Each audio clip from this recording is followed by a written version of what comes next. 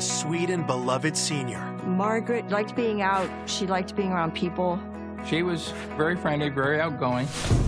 Is viciously murdered in her own home. Oh, my Lord, it's her. And I pretty much lost it. I actually thought I was going to get sick. To be snuffed out in such a way is just horrific. Police uncover a trail of suspects. How would he know that information unless he was in the crime scene? Having people know how she was found and even what she was wearing is very suspicious. It just wasn't adding up. He was not being honest and something else was going on. Before a disturbing discovery. He was just photographing her in her own home.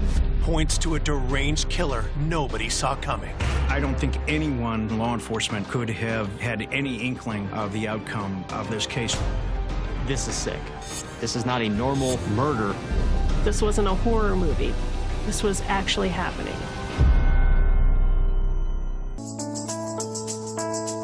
Wadsworth, Ohio, a haven for families just outside Akron. Wadsworth, a very quiet town. It's very community-oriented. It's a great family community. It's very common for people not even to lock their doors because there's never a lot of crime that occurs right around in there. On a Monday morning, April 9th, 2018, the peace is interrupted when police receive a call from a worried citizen. Water Police. Yes, this is Howard Leisure. My aunt lives on Portage Street. A friend of ours stopped over there yesterday to check on her, and she was nowhere to be found. Okay. He says papers were on the porch for the last 3 days. What's her name? Margaret Douglas.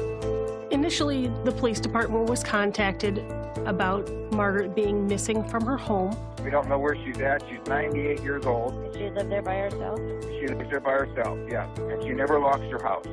So our initial response was to look for Margaret to see if she had fallen inside her home and needed help. Patrol officers walked through it, yelling for her to see if she would answer. We continued to canvass the neighborhood, and we did not locate her. If her close friends, she's not with them, something's wrong. We contacted area hospitals and looked in any possible place that she could be. Margaret was just basically missing. That evening, Howard and his wife, Cindy, head to Margaret's home to help police with the search. They asked if we could come down and meet them at the house. Howard and Cindy started to look for some items common for Margaret to have taken with her when she left. There were specific shoes that she would wear. They were looking for a little red wallet that she carried her money and her credit cards in when she left the home. So Howard went to look in that front closet. The clothes had dropped or slipped down that was piled in the top of the closet. He said, "Oh, I found her shoe." He tried to pull the shoe out. And I touched it, and it felt cold and clammy.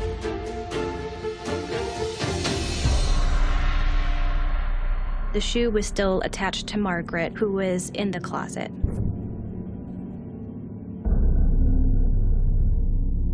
And I thought, oh my Lord, it's her. And I pretty much lost it.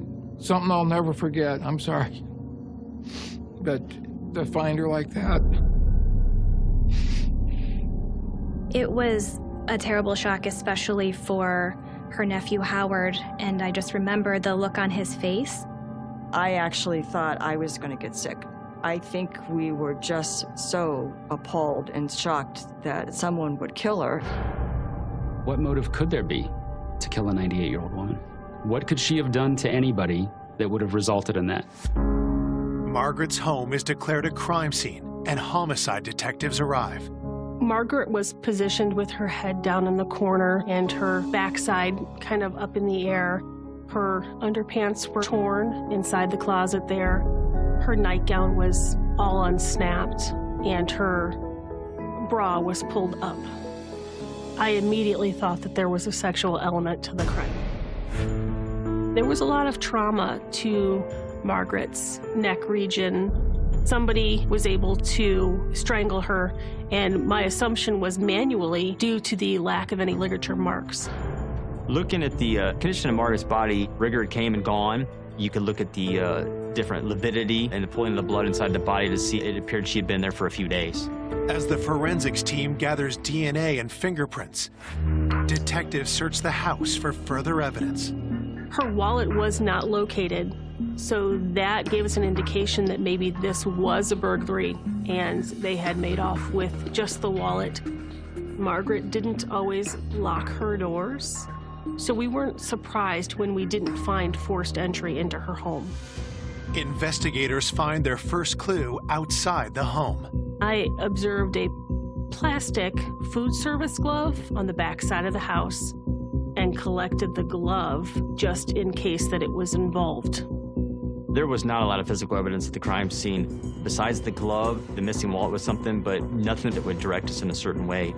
Who would attack and kill a 98-year-old woman in her own home? As they set out for answers, detectives turn to Howard and Cindy to learn more about Margaret. The best thing to do is to get to know your victim as best you can. Born in Akron, Ohio in 1919, Margaret was known as a woman of strong character with a fiercely independent streak. She knew what she wanted, and she wasn't afraid to go after what she wanted to get. Margaret often told us about her days working at the O'Neill's in downtown Akron. She liked being out, she liked being around people.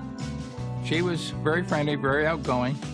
Margaret had very strong opinions, and she was certainly not afraid to tell you what her opinion was. She was a pretty independent woman, let's put it that way. After World War II, Margaret married the love of her life, Army veteran Donald Douglas. If I saw Margaret, I saw Donald, her husband. They were made for each other. They just complemented each other. The couple moved into the house that Margaret would live in for the rest of her life. I think Margaret might have lived in that neighborhood close to 70 years. It was Margaret and Donald's choice not to have any children, and they seemed extremely happy together. They liked to travel together. They went to ball games. They enjoyed going to the Indians game. When Donald passed away in the year 2000, Margaret chose to remain in her house, surrounded by friends and caring neighbors. Margaret was a pretty good friend with the neighbors, David and his wife. There was another neighbor across the street. Her name was Jan. They just sort of kept an eye on Margaret. She knew all the kids in the neighborhood, but as she got older, she's got more restricted to the house. And that's when me and my wife stepped in at that point and started taking her shopping and doing things for her as needed. Margaret loved the fact that she was 98 years old, and she wanted to be 100.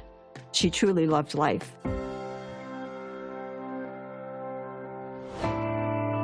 For someone to have lived such a wonderful, vibrant life, only to be snuffed out in such a way is just horrific. I have a grandmother that's similar in age. It's just very hit close to home. The investigators were under a tremendous amount of pressure. Every one of them took it very personally, and I think every one of them wanted to find justice very quickly for the family. At the onset, we had no clue. There was no direction. Maybe it's financial. Maybe it was a relationship issue.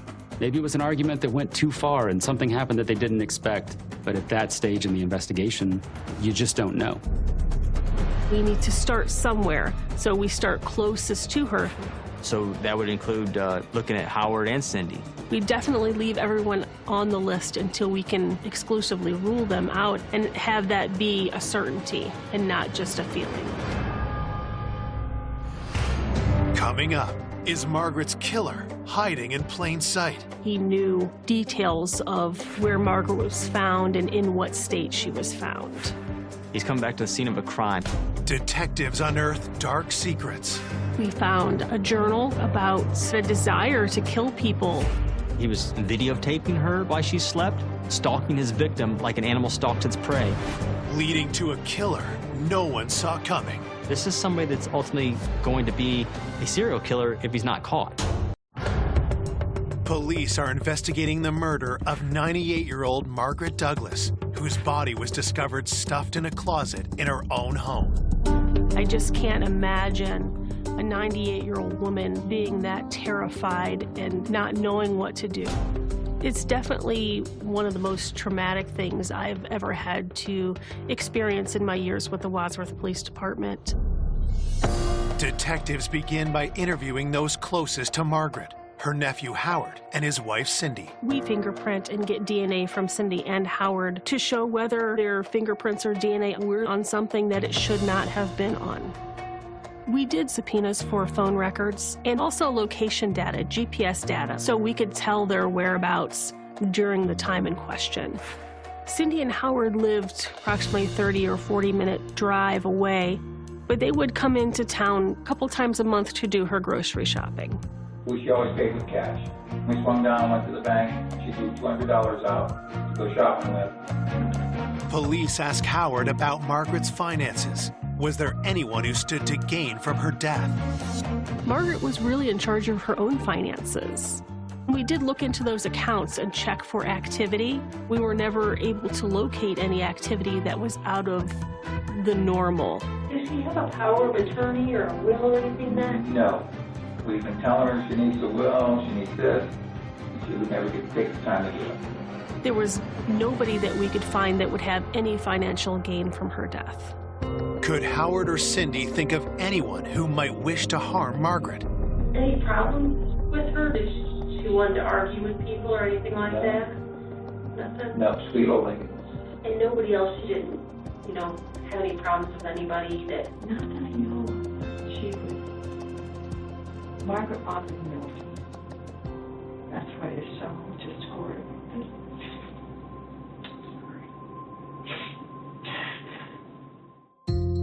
Detectives ask about others in close contact with Margaret. According to Howard and Cindy, the closest is Margaret's former neighbor, David Klinkenbeard. Cindy and Howard did keep in contact with David, who was Margaret's main caregiver. David would come and check on her a couple of times a week just to see if she was okay and if she needed anything. David has the most contact with her. Yeah, he'd go every week, take her trash out, and then he'd take the can back in the next day, so. After interviewing Howard and Cindy, detectives try to contact David, but he's not answering their calls. There was some concern not being able to reach David, and that was troubling. We didn't have any other suspects. It made us wonder what was going on. As detectives try to track David down, patrol officers continue to canvass Margaret's neighbors for information. During the canvass, we did learn that there had been some vehicles in the neighborhood that had been rifled through, and small items were taken out, like change and things like that. Is this somebody that was up by Margaret's house and found a crime of opportunity because it's somebody that they can maybe figure out lives alone? As the canvass continues, officers notice someone watching the activity around Margaret's house. I noticed a man outside smoking a cigarette, so I went out to make contact with him. This person ended up being David Klinkenbeard. He said that he used to live next door to Margaret. He kind of wanted to know what was going on. He said he was essentially canvassing the neighborhood looking for anything that was suspicious. David did strike me as odd at first. It was concerning to me that he was standing out there trying to determine what exactly we had found. As David continues to talk, police grow increasingly suspicious. He was kind of making comments about information that seemed strange that he would know about. He knew details of where Margaret was found and in what state she was found. Having people know how she was found and even what she was wearing is very suspicious. You don't know where someone has gotten their information. Were they there? Were they involved in the murder? With a growing list of questions about David, officers approach Margaret's neighbors for answers. One of the neighbors had mentioned how they had seen David driving through the neighborhood, but didn't stop, just kind of drove through. So they thought that was kind of strange.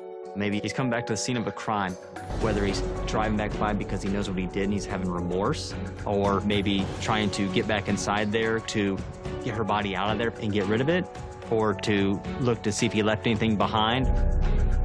David told some of the neighbors that his fingerprints would be all over the house and he would have to get his fingerprints taken, which is not something that people usually say or think.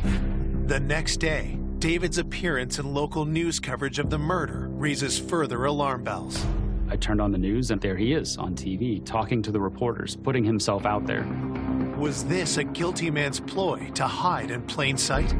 That seemed out of sorts to us. Generally, when people are grieving a loss, their instinct is not to cooperate with the media, but David seemed very willing to speak with them. All of these things added together are possible indicators of someone who is purposely trying to insert themselves in the investigation because they're involved in this investigation. Could David have possibly been involved in Margaret's murder? At that point, we had some questions about his actions and his knowledge of how Margaret was found. He definitely became a main point of interest. On April 11th, 2 days after finding Margaret's body in her own home, police bring her former neighbor, David Klinkenbeard, in for questioning. David told us that he last saw Margaret when he was helping her with her trash can on Wednesday. You didn't come by on Thursday or Friday, not Sunday? No, not till Sunday. On Sunday, he had gone over to the house and he didn't locate her. He had some concerns that maybe she was upstairs in a state of undress and he didn't want to go up there himself. So he contacted Jan across the street. And that's when you had Jan come over in case she was upstairs and Yeah. not decent. Yeah. Jan went up there, she wasn't up there, and then we looked in the closet up there.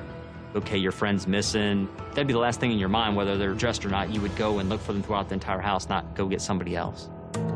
As the interview continues, David's answers only raise further suspicion. She likes to look nice, and she was a pretty woman. Yeah.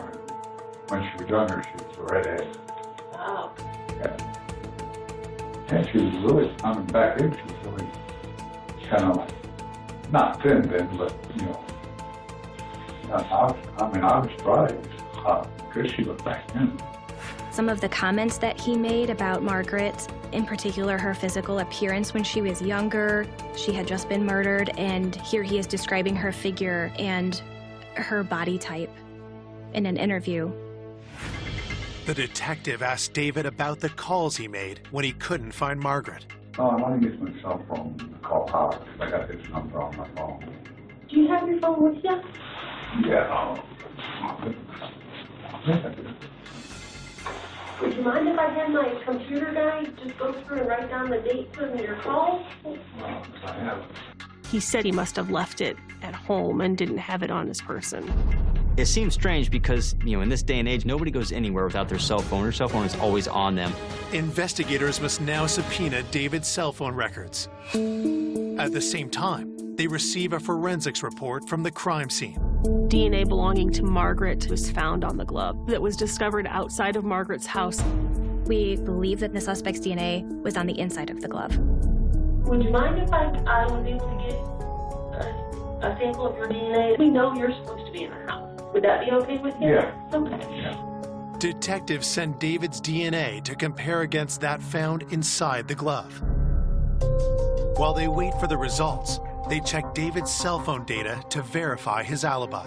We were able to go through his day-to-day life and see that he likely was not involved, but there was no concrete evidence that we were able to bring to light. Unlike the phone records, the DNA findings are conclusive. David is not Margaret's killer. David ended up being, in the end of all this thing, just a friend of hers that was not involved at all. Sometimes he would say things that didn't really have an explanation. It just took the time and the effort to understand his involvement, and there was reasonable explanation for all of the things that we had concerns about. He just really cared about Margaret and really had concern that he would have an answer as to what happened. We had to look at David as probably our #1 interest because obviously his strange comments in the beginning about his DNA and fingerprints, plus he's the one that saw her on a regular basis. Up until that point where you reach a crossroads, you really do have to look at every tiny detail, every possibility. Detectives turn their attention to the autopsy report, which paints a terrifying picture of Margaret's last moments. The medical examiner's report on Margaret showed what kind of force was used to kill her in the end. She had contusions to her head, to her face. She had a fracture to her orbital socket. She had a fracture to her C7 vertebrae in her neck. It showed there was a compression there, which broke her neck. Margaret was not a frail woman. Not just anyone would be able to manually strangle her. While the autopsy finds no direct evidence of sexual assault, officers continue to suspect otherwise.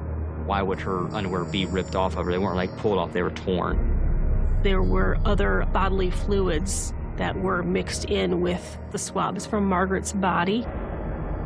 The fact that someone took Margaret in such a horrific manner was a very difficult thing to handle.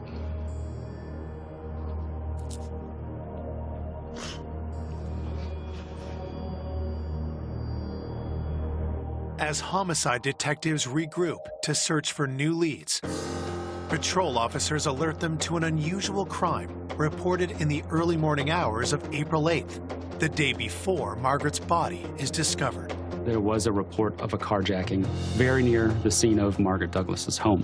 In a community like Wadsworth, we don't have carjackings. That's not a normal call for us. They happened in such time close to one another that we had to wonder if they were related. The carjacking victim is a local man named Paul Shaylott. Paul had reported he was driving along and he happened to notice a 19, 20-year-old man limping, like having trouble walking up the street. Paul had reported to us that he was just being a good Samaritan and picking somebody up that he thought to be injured. So as he went out to help him, he said the gentleman just slid into the driver's seat and then locked the doors, wouldn't let him in, and took off with his car. Officers grow suspicious when they quickly locate Paul's car near the site of the carjacking. The car was found very quickly, and it was found right there in the same area it was taken. Literally, like, not even a block away from where he had picked this gentleman up, supposedly, and lost his car. This happened at a building that had cameras on the outside, so we wanted to kind of investigate Paul's story because it just didn't seem quite right. You could see on the video that Paul had been with what appeared to be a young man. The young man was not limping. He did not seem to be injured in any way. Paul's initial report did not match anything that video said. It just wasn't adding up. He was not being honest and something else was going on. Why had Paul lied to police? And who was the young man seen in security footage? Had one of them gone on to do something unthinkable? We had the carjacking, and then we had Mark's disappearance. It just started making me think a little bit, could this be the guy that could be involved?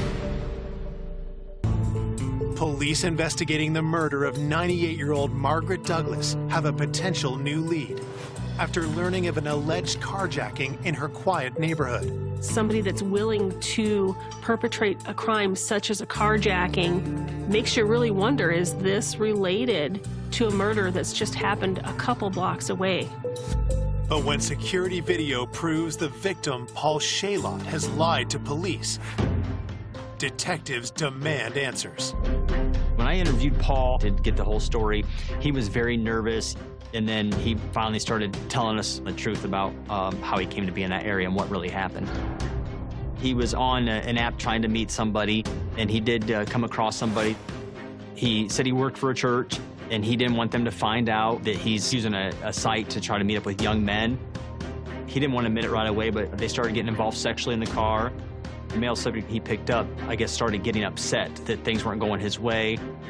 The young man that he met up with just kind of snapped and took the car, not what Paul had expected when he met this person online. With Paul finally being honest, detectives change course and ask if he knows anything about the murder of Margaret Douglas. He was aware of what had happened and that she was a victim of a homicide. But Paul did not know Margaret at all. He had no ties to her, and real no ties even in that neighborhood. He was just there basically to meet up with somebody that night. Then I started thinking, well, now we need to know who was driving that car, who carjacked him. Paul was asked for the account information for the app that he used to meet this person on. He said he couldn't remember the email he used or the password he used to get in there. Paul was embarrassed about what he had let happen and the fact that he was involved with a young man. He had deleted everything from his phone that was relative to that. We weren't able to recover any of that information. So we had no way of proving or figuring out who it was that he may have met up with that night. After hitting another dead lead, frustrated investigators know that public fear is only growing. There was definitely some fear. There were people that would normally stroll down the street, walk their dogs, let their kids play outside unsupervised, and things like that weren't happening after Margaret's discovery. And the emotions for everybody were really high and heightened. They're all locking their doors now, and they're really watching for everything. So it was definitely a shock to all of them. With the community on edge, Margaret's family continues to struggle with their loss. The hardest part going through all this is the time-consuming and the worrying and waiting for the outcome. And you're not sure what's going to happen. That was hard. You know, none of us are patient. And we all want to know what happened here, why someone would do this. The reason you're doing what you're doing is for the victim. You want somebody to be held responsible for what they've done. Believing that the carjacker may be a serial criminal, police take a closer look at the petty crimes reported around Margaret's neighborhood. The crimes all took place in just a few block area. Is there somebody in this neighborhood that's committing a whole bunch of crimes for some reason, because we weren't seeing those crimes spreading out throughout the city like we typically would? You have to wonder if the person who's committing these petty crimes has escalated to commit something more horrific. On the night of April 13th, 4 days after the discovery of Margaret's body, police received several calls about 2 young men. We had received a lot of different calls where people had seen 2 male subjects running around, creating mischief, doing things at the park, doing things at the church, and in cars. A couple of young males were taking some type of device that had wheels on the bottom and hanging out in one of the parking lots.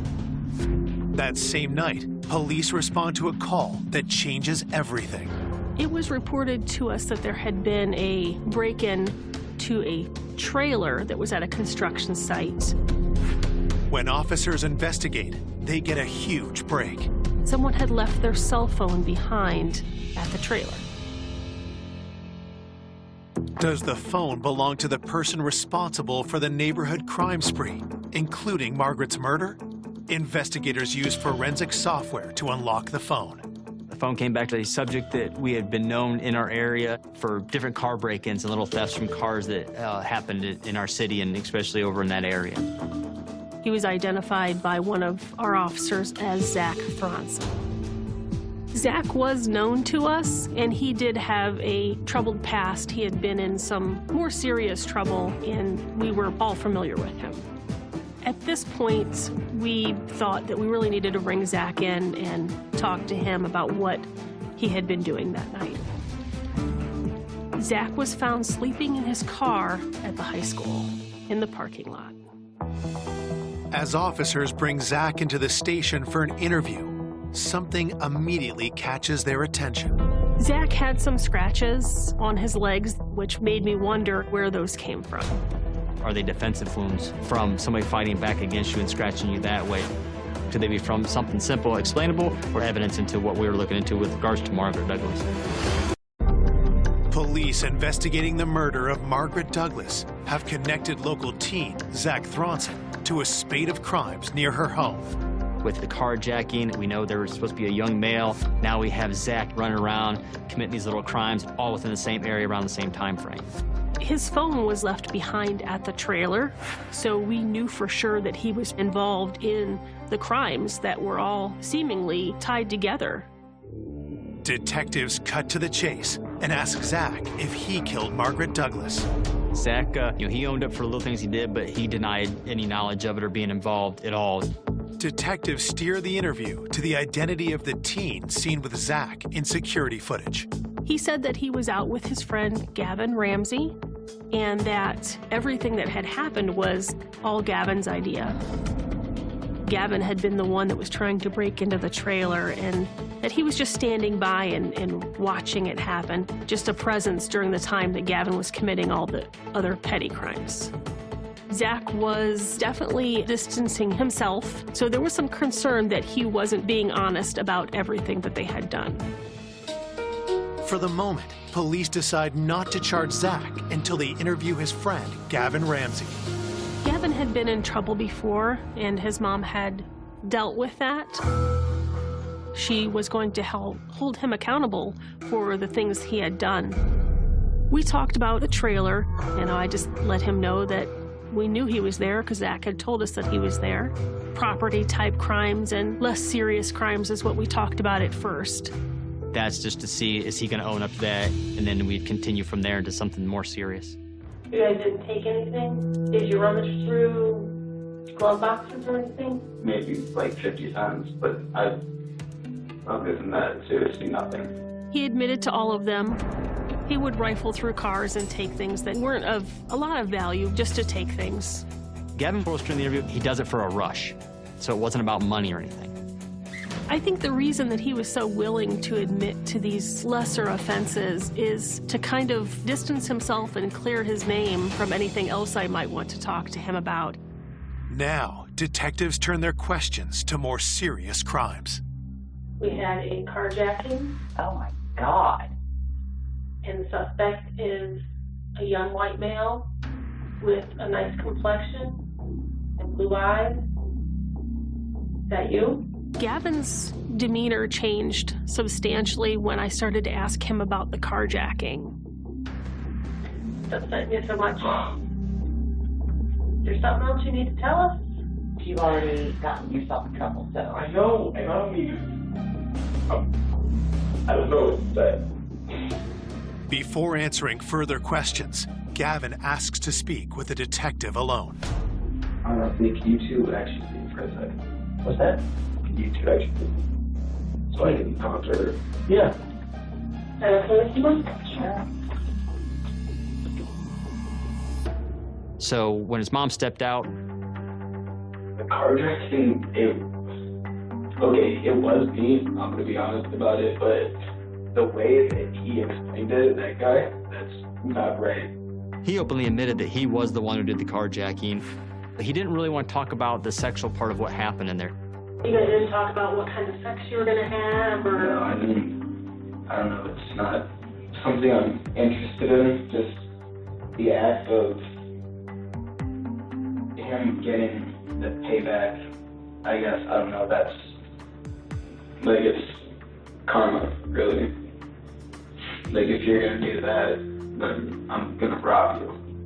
Gavin denies that he was truly interested in meeting up with Paul for any reason other than to catfish him or to teach him a lesson. This is a kid that's admitting to going around breaking into cars, and it's not for theft, it's for a rush, so we know he's after the adrenaline. What else could he have possibly done? With Gavin admitting to the carjacking, the interview turns to questions about Margaret Douglas. I specifically asked him if he had murdered Margaret, and he denied it. There's no reason that we would find your DNA inside her house, because we swabbed the hell out of that house. You shouldn't. I mean, if you've never been in there, then obviously we wouldn't. But, I mean, you name it. We swabbed it, we took it. I'm sure you know we were there all night. Yeah. He was hiding something. There was more to be said. I didn't feel that this avenue had been exhausted with him. This was something that we probably needed to revisit, maybe from another direction. For now, detectives allow Gavin to leave with his mother. At this point, we have nothing other than the petty crimes, which are handled through juvenile court, so we wouldn't actually take him into custody to hold him. But they have one request for Gavin's mother. I let her know that we had concerns and that I would like to look at his phone. I was expecting to find information about how maybe Gavin was victimized. Instead, what officers find on Gavin's phone changes everything. Officer Cooper discovered Google-type searches, murder in Wadsworth, Margaret Douglas investigation, Wadsworth PD reports on homicide investigation. Then, detectives find something they never would have imagined. There were actually photos and videos of Margaret Douglas.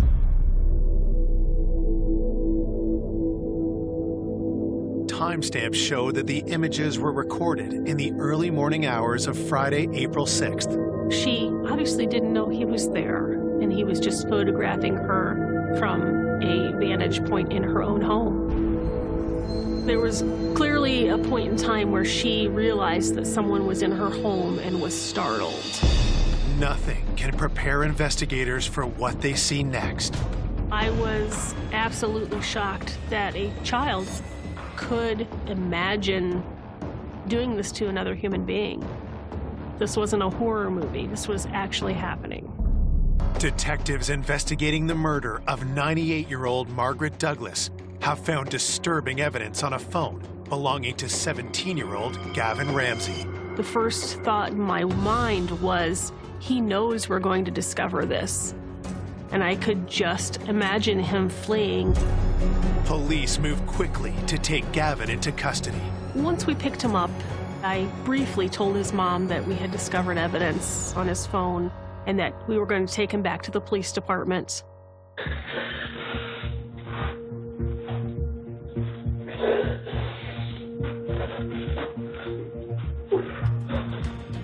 It was definitely not the easiest interview that I had ever done. I came up onto the porch, and I didn't even know what I was going to do. I don't know, I felt like going into the house is like the biggest adrenaline rush I could get. So then I tried the doorknob, and that just happened to be unlocked.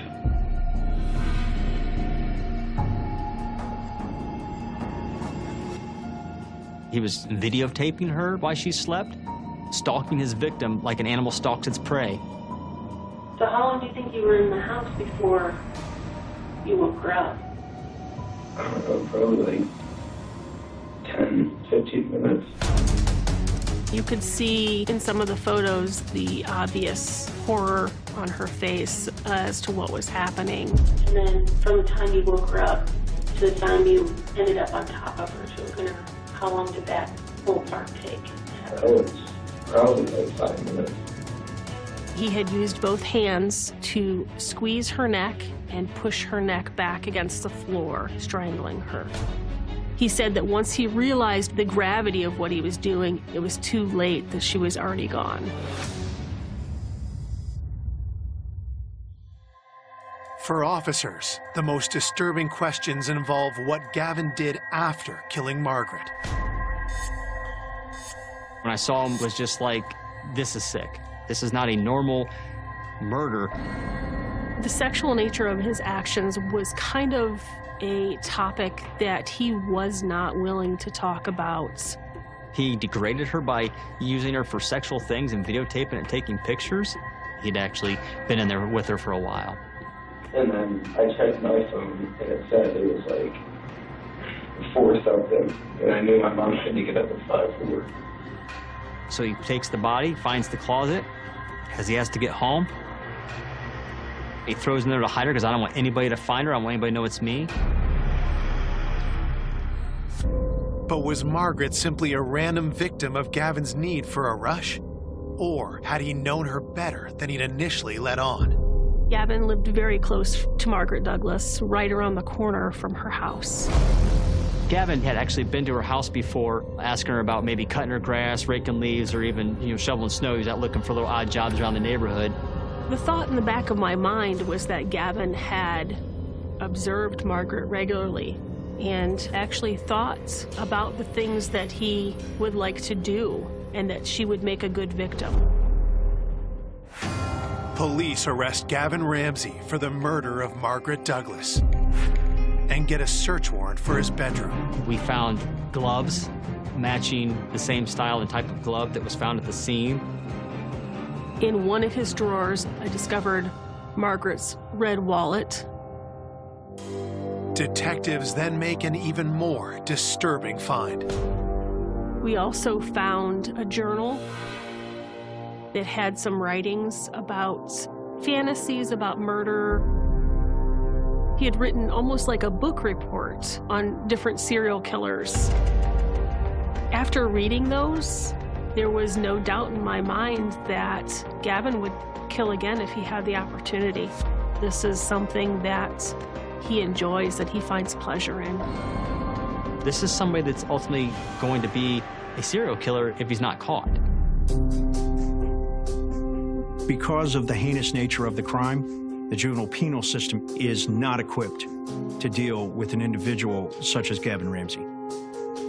Gavin was ultimately charged as an adult with aggravated murder, 2 other counts of murder, burglary, and abuse of a corpse. We requested that Mr. Ramsey receive the harshest penalty that the law would allow. Found guilty on all charges, Gavin is sentenced to life in prison without parole for the murder of Margaret Douglas. When I watched Gavin Ramsey at the sentencing, I still felt in my mind that he doesn't understand the gravity of what he's done. There's still no remorse there.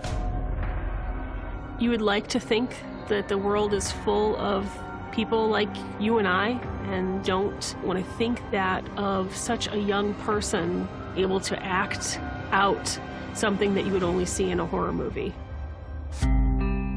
I was shocked to find out that it was a young person who was still in high school that would do something like this. To murder somebody who's 98 years old, to think you could shove a body in that closet. I just, that part, I just can't even. It absolutely made me think of my own grandma. I just could not imagine her living such a wonderful life and having it end in such a horrific way. Despite the horror of Margaret's death, her family honors her memory by thinking of her remarkable life. Margaret gave you an inspiration that you can still be 98 years old and be very functional, live in your own home, take care of yourself. She, to me, was just an inspiration. She led a full life and could have been longer. The exclusive. What really happened from the classroom to the hotel room to their own home. In your son's bed. In my son's bed. And for the first time, the surveillance videos from inside the school, the hotel, and the selfie the teacher took with the boy of them kissing. This evening, new outrage for those parents after learning that teacher's fate. That's it. She just crossed the line. Also tonight, the beautiful daughter who looked nothing like her father. Suddenly, the entire family finds out why. And it said that they shared 0 DNA. Duped at a fertility clinic, it wasn't Dad's DNA, it was the lab tech's. And he gave me this just sort of evil smile. And tonight, is that worker the father to hundreds of children? This is so creepy. The 2020 investigation. And a very personal note about our friend, our colleague, and her brave journey. What Elizabeth revealed today about her own private struggles. The amount of energy I expended keeping that secret was exhausting. Tonight, Elizabeth is back. Here now, David Muir and Elizabeth Vargas. Good evening, and it's great to have you with us tonight, and let me just say, it is great to have you back. It's great to be back, and thank you for all your support, and thank you to all our viewers as well. It really meant a lot to me, and I'll be talking a little bit later in the program about where I've been and the work I've done, and share a little bit about that. And a member of your family is here tonight. I know. This is a very brave evening for you, and we know that, and we'll get to all that a little later. I know you want us to start with the news first. Let's go. So let's begin. We begin here tonight with that headline that rocked the city of Houston this week, the pretty middle school teacher and the boy whose parents trusted the teacher to help him. Instead, what would follow would be any parent's nightmare. Tonight, the parents and that boy sitting down only with 2020. Are new developments in the case of a local middle school teacher caught having sex with a child. Late today, she received her punishment. It's the story thrust back into the spotlight just this week after the first headlines shocked much of Houston. A parent's nightmare come true. He's a child. That's what the law said. A married school teacher they had trusted with their son was having sex with him. And tonight, for the first time, the secret that began in classroom 308 is finally unraveling. Alex and Jenny Pillay will never forget that first day at Memorial Middle School, one of the top schools in Houston, bringing their son to that front door, newly adopted, rescued from distant relatives from a life of poverty in Costa Rica. They began the adoption process when he was just 9 years old. It took 5 years to get him here. Do you remember the trip to go get him, to bring him to America? Oh, definitely. And he was so excited. Oh my God, this is my new life. His new life in America? In America. We arrived to Houston, and he was so surprised, amazing, looking at the buildings, how tall the buildings were, and he was so happy to be at his new home. And soon, his new school. I walked Jimmy to school. He was very nervous. Do you remember your first day of school? I didn't like it. So you walked into that school not speaking a word of English? No. I knew just hello and that's it. You said to Jimmy, you will survive this. Oh, yes. It will get better. It will get better. The boy came to America with big dreams of playing soccer, of college one day. One of his first trips to NASA with his new parents. This is the young face of the boy, who was also getting help at his new school. There was an English teacher assigned to give him that extra help with his classes, 28-year-old Catherine Camille Murray, who was married. Some of the boys thought Ms. Murray was pretty. Do you remember the first time you met her? Yes. Was she nice? Yeah, she was nice. She started helping me a lot with my homework. Jimmy found comfort in her classroom. You would take all your other classes and then you would go to her at the end of the day for help, or sometime during the day for help? Yes. I started liking the feeling that I was feeling for her. The teacher and student were growing closer. When do you start hearing about Ms. Murray? We went to the open house, and I said, hello, Ms. Murray, I'm Jimmy's mom. And immediately she looked at me and says, oh, Jimmy's my favorite student, and he's so well behaved. Really? That struck you as strange? I thought it was kind of strange. And what was Jimmy saying about Ms. Murray at home? Oh, she's so pretty. And I said, yeah, she's a pretty lady. Hey, every kid goes through that. Has a crush on the teacher. So you're thinking this is our adolescent son? This is an adolescent son with just a simple crush. That's it, but nothing of it. And in all of his classes, Jimmy is getting A's and B's. So it was like, okay, so she's actually doing good for him, helping him. But there was more. At school, Jimmy says there was something about the way she would look at him. When you would walk into that room, would she smile? She looked me different. She looked at you differently? Yes. Is that when you sensed that she had feelings for you too? Yes. Before Christmas break, he writes a note revealing his love for his teacher, but then tears it up into pieces and gave it to her to throw away. Instead, she keeps the letter, and when he returns to school, surprise. She said, I read your letter. She put it back together? Yes. And she told me, I really like you, for real. And said, I really like you. And she told me, I know, but we can have anything. She told you you couldn't have anything. Jimmy is staying after school nearly every day now. Then one afternoon, he doesn't come home from school. His parents frantically begin looking for him through the empty hallways everywhere, even classroom 308. His father finds the custodian. And we saw the custodian lady, and she said, they were just here, they left. There was no sign of him. Suddenly, Jimmy appears at home. Holding his arm like this. With blood. He had no words. And as soon as he spoke, it just started crying. He would cry for nearly an hour and then offer a story. Jimmy told his parents he'd been in the car with Ms. Murray and they had an argument. He just told us that he was in the car, he jumped out of the car. So it's like, what happened? And the only thing he said was, I told her that I like her. And my wife and I are looking at each other, okay, so this sounds like a lover's quarrel. They immediately reach out to Ms. Murray, but she mentions nothing about Jimmy in her car. So at that moment, you think there's something going on. It's going on. She is lying.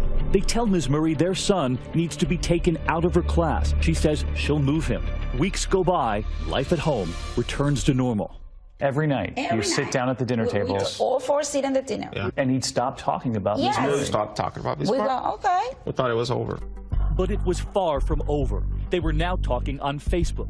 Jimmy says he messaged Ms. Murray that he wanted to kiss her, and that she replied, "I want to see that." She wanted you to kiss her? Yes. Monday, I came to my school early. I walked straight to her, and I kissed her. When I stopped kissing her, I walked to my first class. You were thinking to yourself you had to get back to her? Yes. So you went back to her. You asked her how she felt about what happened. Yes, and she told me, okay, I want you to kiss me again, so that's when I kissed her again. That's when everything started? Yes. Physically? Mm-hmm. Did she ever say to you, this is wrong? No, after I kissed her. And tonight here, look at this. For the first time on 2020, the school surveillance tapes showing the teacher meeting privately in her classroom behind closed doors over and over again with her middle school student. She can be seen scanning the hallway, sometimes walking out with Jimmy. Other days, they leave in different directions. While at home, what Jimmy's parents think is a welcome sign, the school dance. And Jimmy wants to go with the friends he's now made. No sign of Ms. Murray. And are you hoping that Jimmy's going to find a girl his own age to have a crush on? Of course. Of course. But the girl waiting at the dance, Ms. Murray, across the street from the school, in the church parking lot. His dad had no idea. I dropped him off, and he saw me leaving, and then he moved over to meet her across the street. And she's waiting in, of all places, the church across the street. Yes. So you would talk to Ms. Murray during the day. You said, my dad's going to bring me to the dance, and the two of you had a plan. Yes. The boy she'd been warned to stay clear of, she was now taking away from that school dance. She had her own playlist. Tonight, 2020, obtaining the video, the images the night she checked into a nearby hotel, then bringing her teenage student through that side door. Did anything happen in the hotel? Yes. We have sexual relations. You had sex with her? Yes. A secret the teacher helped Jimmy keep, but not for long. Suddenly, a disturbing phone call from the principal. He confided in another teacher that he had kissed Miss Murray. Yes. That I kissed Ms. Murray. Yes. That's correct. And then the selfies, the photographs they took of themselves kissing, images that would break a mother's heart. And tonight, for the first time here, we see them after becoming a key part of this case. Then another major blow. Jimmy and his mother sitting together when suddenly the mother's cell phone goes off. She'd let Jimmy borrow it, and that teacher, Ms. Murray, was now texting Jimmy. But the mother was receiving the message. The teacher's message, you know I love you. I don't know what we're going to do, but we're going to be happy together. I miss you. A mother looking down at her cell phone, stunned. I said, Jimmy, I need to go to the restroom. I have to put water on my face. And I said, okay, this is not happening. And that mother had not even heard the worst of it. When we come back, all of this, suddenly, it's much closer to home. He says, Mama has something to tell you. That smile you have in your face is going to go away when I tell you this. You won't believe where this goes next.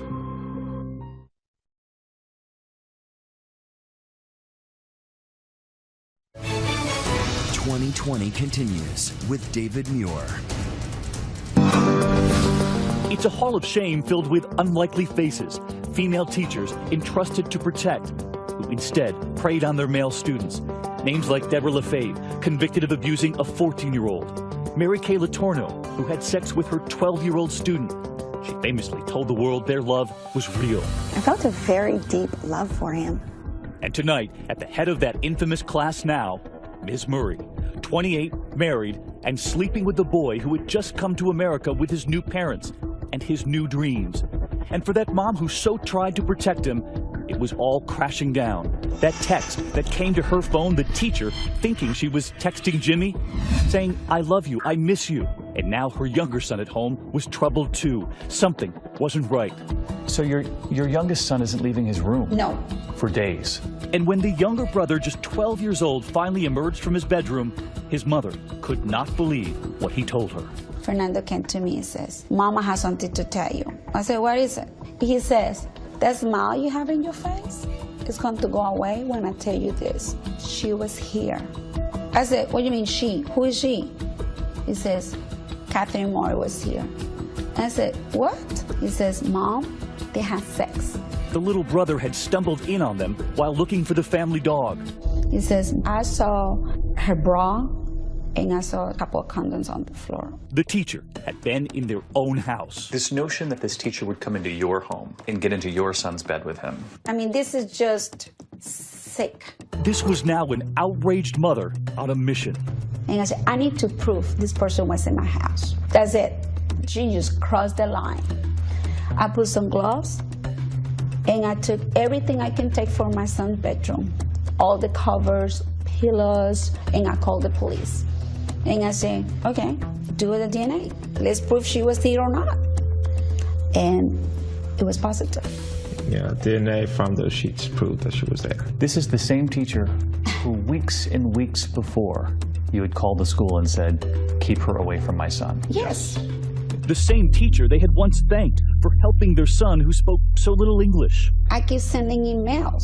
Thank you for taking care of my son. Thank you for caring about my son. Now armed with the teacher's DNA, the case moves quickly.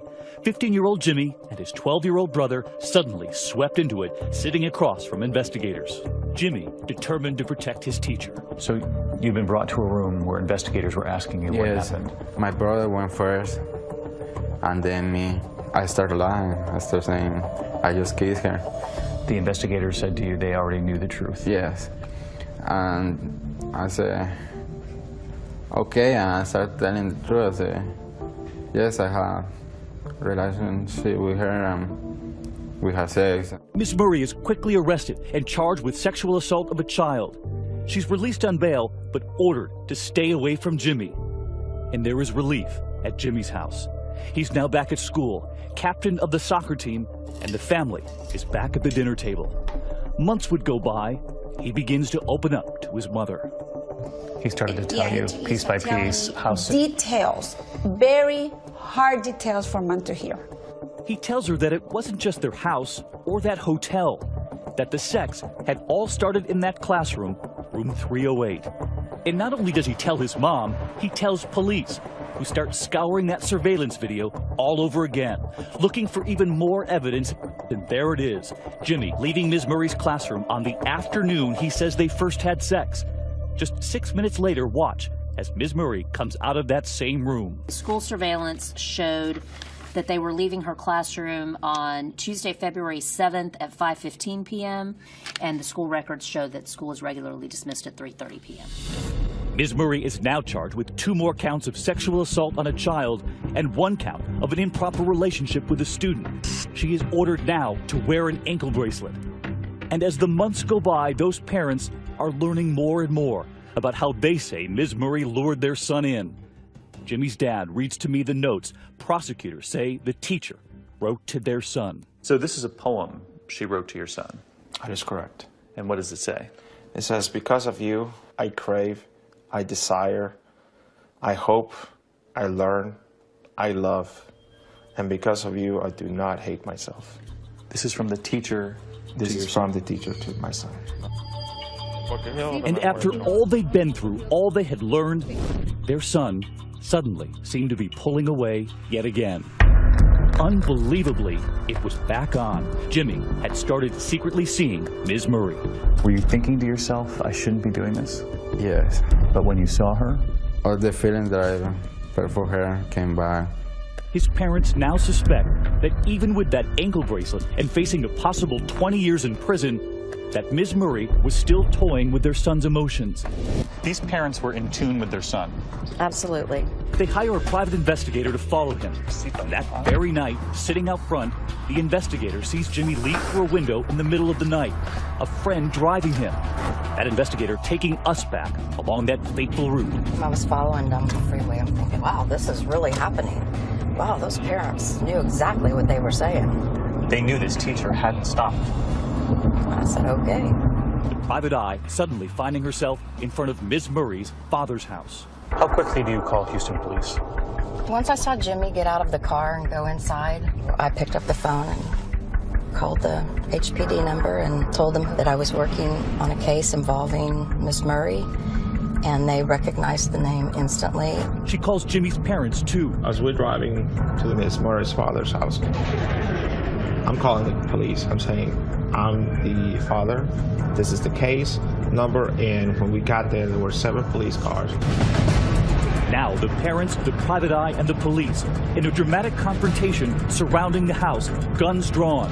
Inside, the teacher and the middle school student. They got in the bullhorn and said, Miss Kathleen Murray, She was now opening the door. Houston Police, open the door. When we come back.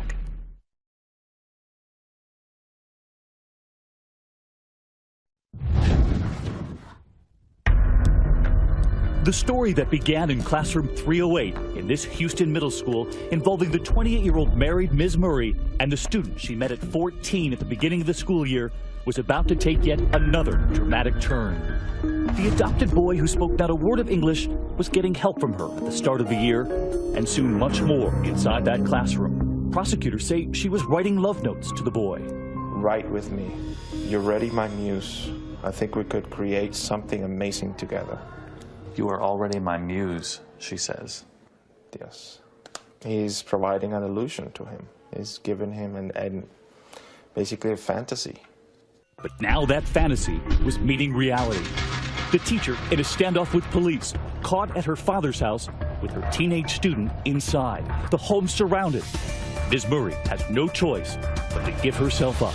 Were you there? Yes. When she came out of that house? Oh, yeah, we were there. I want to make there. sure she'd see us. Yeah. Was she in handcuffs? Oh, yeah. She was in handcuffs. Oh, yeah, yes. they had like 16 police. Finally, for the parents, relief that Ms. Murray was locked up and away from Jimmy. But then the new challenge, a son who was falling into a dangerous depression, feeling he was the one guilty for putting the teacher there. Were you having suicidal thoughts? Yes, a lot. What were you thinking? That maybe if I was going to kill myself, they forgot about this. And you were thinking if you killed yourself, yeah, everyone would forget about this. Yes. Alex, what's the hardest part for you? You're dropping off your kid at a psychiatric ward.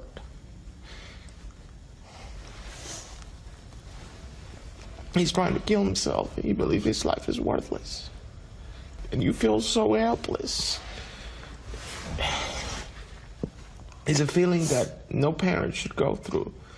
Tonight, Jimmy says he's doing better, telling me he can finally smile again. Do you now see that there's a future? I know that there is a future.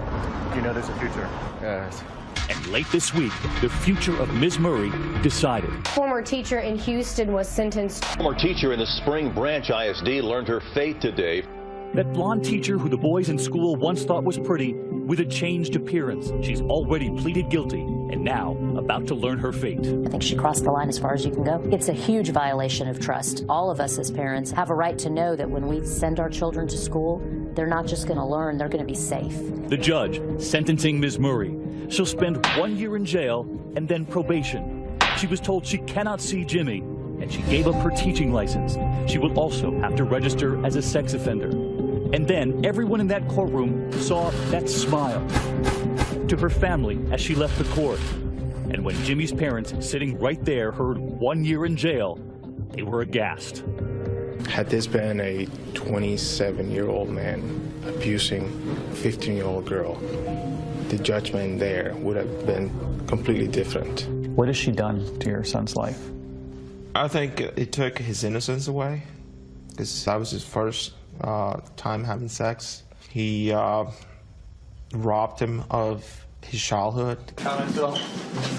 Ms. Murray, her family, and her defense team have repeatedly turned down requests from 2020 to talk about the case. They cite her ongoing treatment for bipolar disorder. Her attorney only saying this as he left the courthouse. We will respect the family's request to keep this private, and that's all we have to say. What's been the hardest part for you? It's like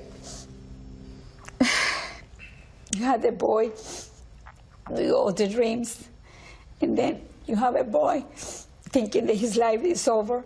So instead of looking him going to a soccer game and be so happy, this is nothing in your life. We brought you here to be happy, to have a future.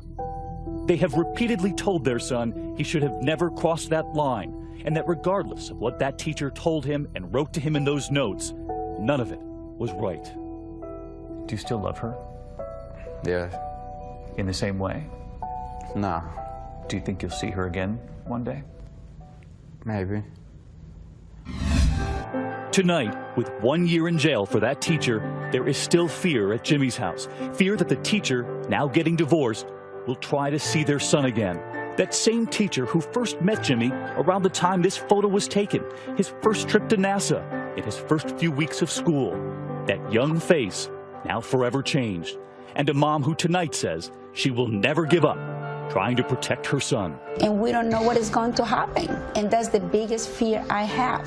Your biggest fear is that? Oh yeah, that's the biggest. He is still a child, and he was a child. And that's what we're asking for, justice. We thank those parents for sharing their story with us. And so what do you make of the sentence for that teacher tonight? Tweet me, use the hashtag ABC2020. And next here, the 2020 investigation tonight, hundreds of parents who put their trust in a fertility clinic just now finding out who really fathered their children when we come back. Next, the sperm donor scandal. A lab technician switching father's samples to his own DNA. This wasn't a mistake. This was done intentionally. When we return.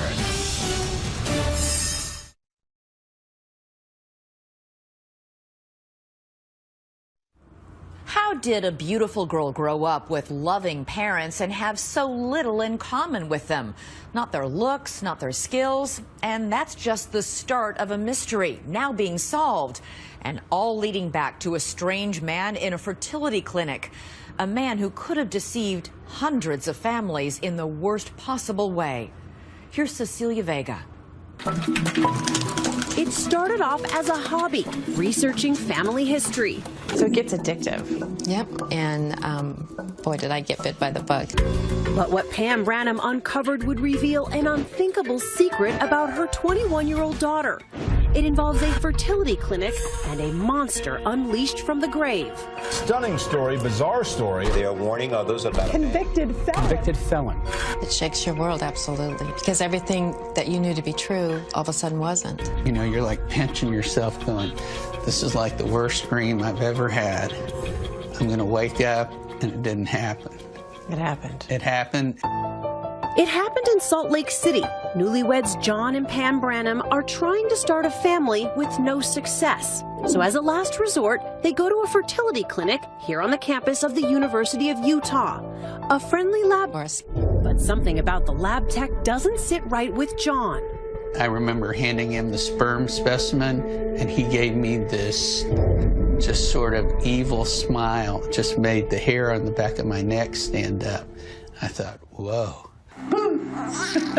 John's reaction is soon forgotten, though, with the arrival 9 months later of a beautiful baby girl, Annie. Couldn't have been happier. Not a creature was stirring. Flash through the years. First steps. Look at her go. And the memories. She's musically inclined, and we always kind of wondered where that came from. Annie grows into a beautiful, bright young woman, a college whiz kid who studies astrophysics and surprises her parents with her gift for math. I barely made it through Calculus 1. Well, in Annie's second year of college, she was doing Calculus 3, making A's, and I'm thinking, there's a recessive gene at work there, right? With her nest now empty, Pam picks up a hobby and gets hooked on researching the family tree. She'd be up to 2 or 3 o'clock in the morning doing this. These days, anyone can stick a swab inside their cheek, go online, and for a few bucks, discover relatives and health histories they never knew they had. Pam Branham swabbed the whole family. I thought it was really interesting how it tells you about your health, it tells you where you come from. As expected, when the results come back, you can see how it's totally lit up. Pam finds that Annie shares 50% of her mom's DNA. But what about her dad? And it said that they shared 0 DNA. I was in a panic. You know, I was in a complete panic. Annie walked through the door, didn't say a word, gave me a big hug, started sobbing.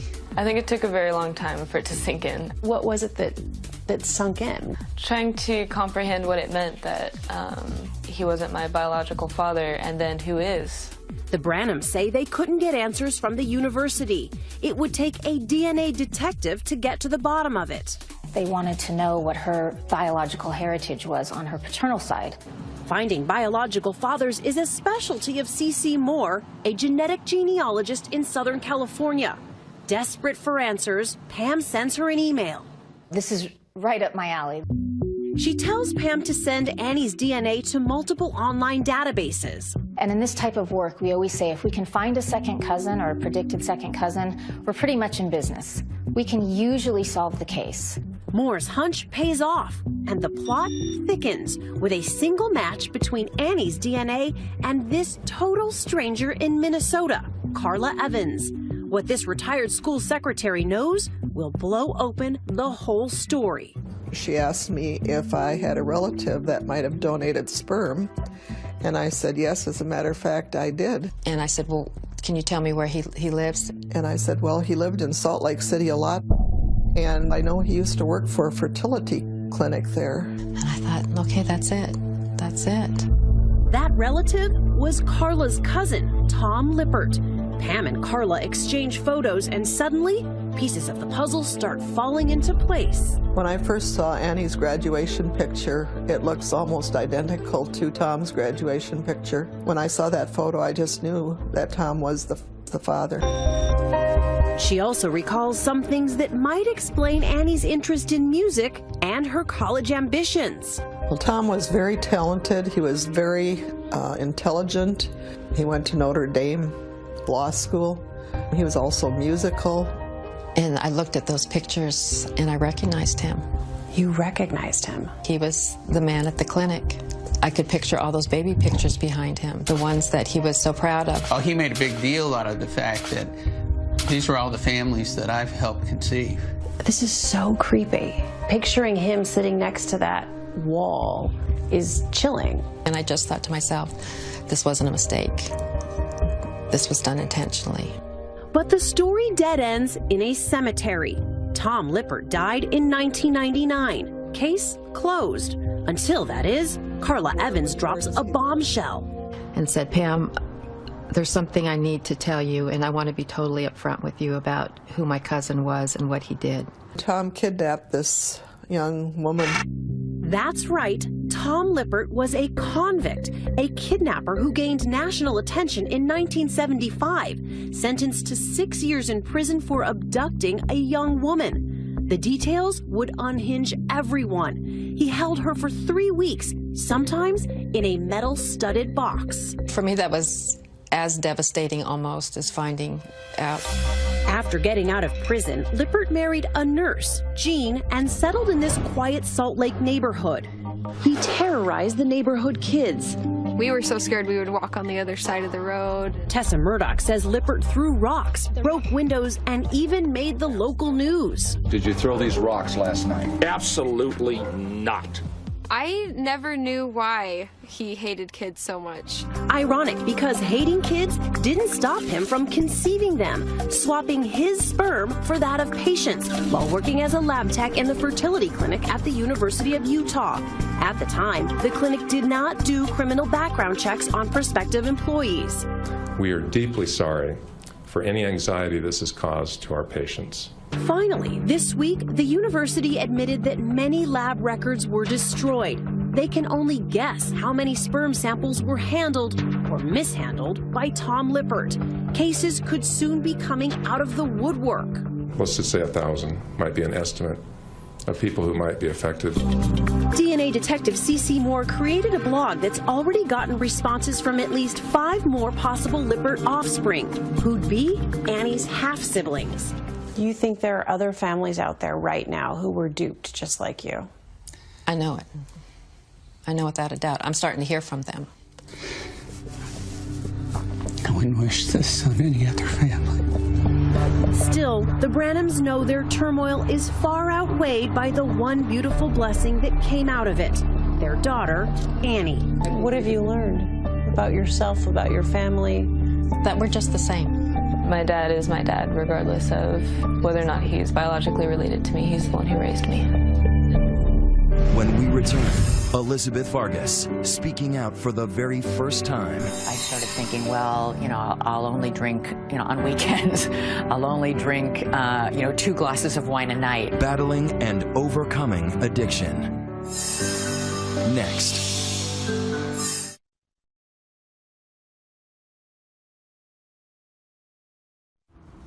And now a very personal note about my friend who is back with us after a brave journey.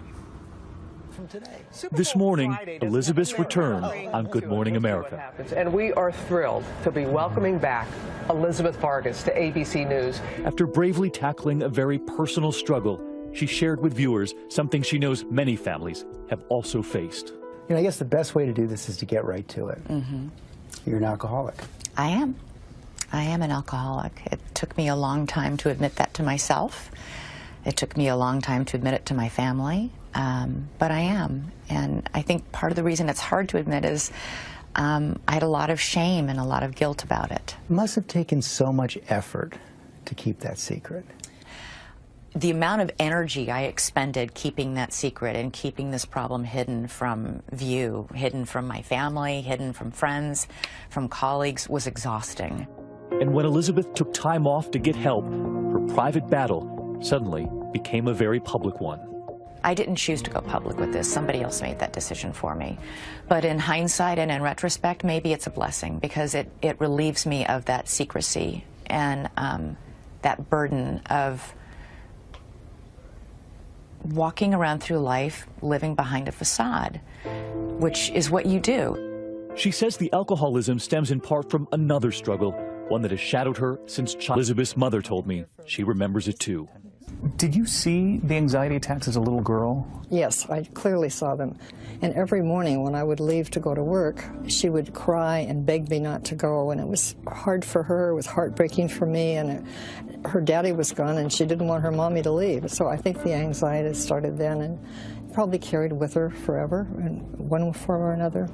Even with her steady hand at the anchor desk, Elizabeth now says the anxiety, the panic were always close behind. And at some point along the way, I dealt with that anxiety and with the stress that that anxiety brought by starting to drink. And it slowly escalated and got worse and worse. I should have realized it was a problem way back when Zachary, my oldest son, was born, and he used to call my nightly glass of wine Mommy's juice. And I thought that was hysterical. It didn't occur to me that that was a problem. And it didn't really get to be a huge problem until the last few years. And I actually started reporting on it. I've done like a half dozen 2020 hour-long specials on drinking, specifically women in drinking and mothers in drinking. These women who opened their homes and their private lives to us, letting us in on the most intimate and embarrassing moments. Elizabeth says over time, she realized she shared something in common with many of the brave people she had interviewed. You make all sorts of deals with yourself. I started thinking, well, you know, I'll only drink, you know, on weekends. I'll only drink, you know, 2 glasses of wine a night. I'll only drink, you know, I won't drink on nights before I have to get up and do Good Morning America. But those deals never work, and you're only fooling yourself. Perhaps fooling herself, but she says not her husband, singer-songwriter Mark Cohn. My husband knew I had a problem. What did he say? You have a problem. You're an alcoholic. And it made me really angry. But he was right. And it took me a long time to finally accept that. It took a long time. I mean, denial is huge for any alcoholic, especially for any functioning alcoholic. She says the denials all came to an end on a Saturday afternoon when she arrived at a shoot for work. When I got out of the car, I realized, what am I doing? I am in no shape to do this. And that's when I knew I need to get help. I went to a rehab that specializes in treating trauma. They don't just deal with drinking or drug use, in the case of others there.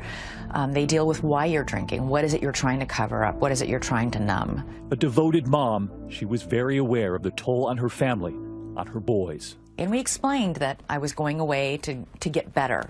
And they came and visited me, and they got to see where I was staying and meet the doctors there and ride a horse. She came home before doctors wanted her to, and soon realized she had more work to do. And I went back and finished and stayed until the doctors there said I was ready to come back. And you know,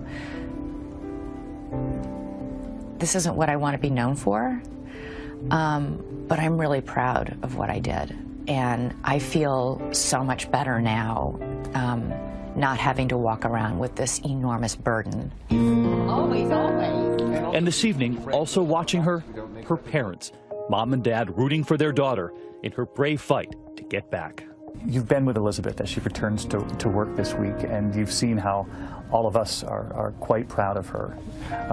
And I was just curious how a mom feels watching her return. Coming forward like this is not easy, and I think we're especially proud of that. You know, she said that she never wanted to be the face of this, but that if in doing this she could help just one person out there. You know, David, we heard from so many people after it became public what she was dealing with. We were really astonished, and we're very proud of her for saying, I'm going to talk about it and tell people what I've been through, how it happened, and how I'm back here. And then get back to work. Get back to work. In typical Elizabeth fashion. In typical Elizabeth fashion, right, yeah. It's always embarrassing to have the entire world know your deepest, darkest secret. And yet, at the same time, I think it'll be a relief. I think in the long term, it will be ultimately a blessing because I can be free about it. I'm not hiding anymore, and that's hard, but it's also a relief.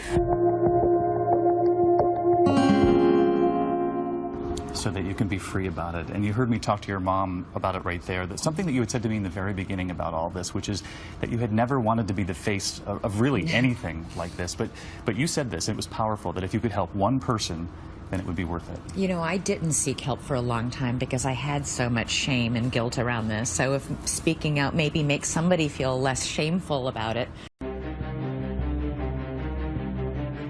She'd gone to stay with a friend that evening and then not been seen the following morning. Usually when somebody's reported missing, they're found very, very quickly. They could have had an argument with someone, stormed out, turned their phone off and not told them what happened. If Kaylee had seen or knew what we were going through, she would have got in contact somehow. The tone of the investigation changed from being a missing person investigation to something more sinister. Something seems to have happened to one child. Will this happen to mine? I honestly can't remember. I've been drinking. We'd all been drinking. It is every parent's worst nightmare. Right in the centre of England lies the village of Measham.